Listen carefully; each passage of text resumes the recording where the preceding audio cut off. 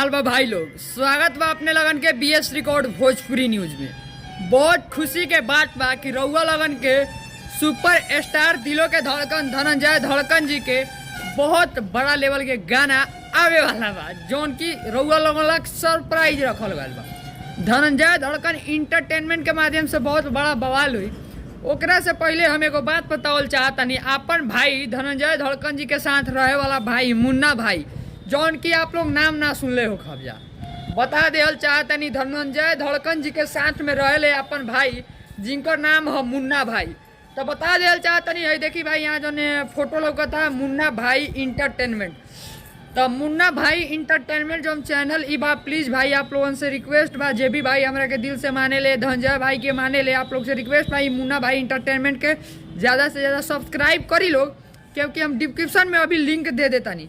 अभी जाई लोग ज़्यादा से ज़्यादा सब्सक्राइब करी लो, क्योंकि वो चैनल से धनंजय धड़कन जी के शूटिंग वूटिंग वाला नया नया वीडियो मिली।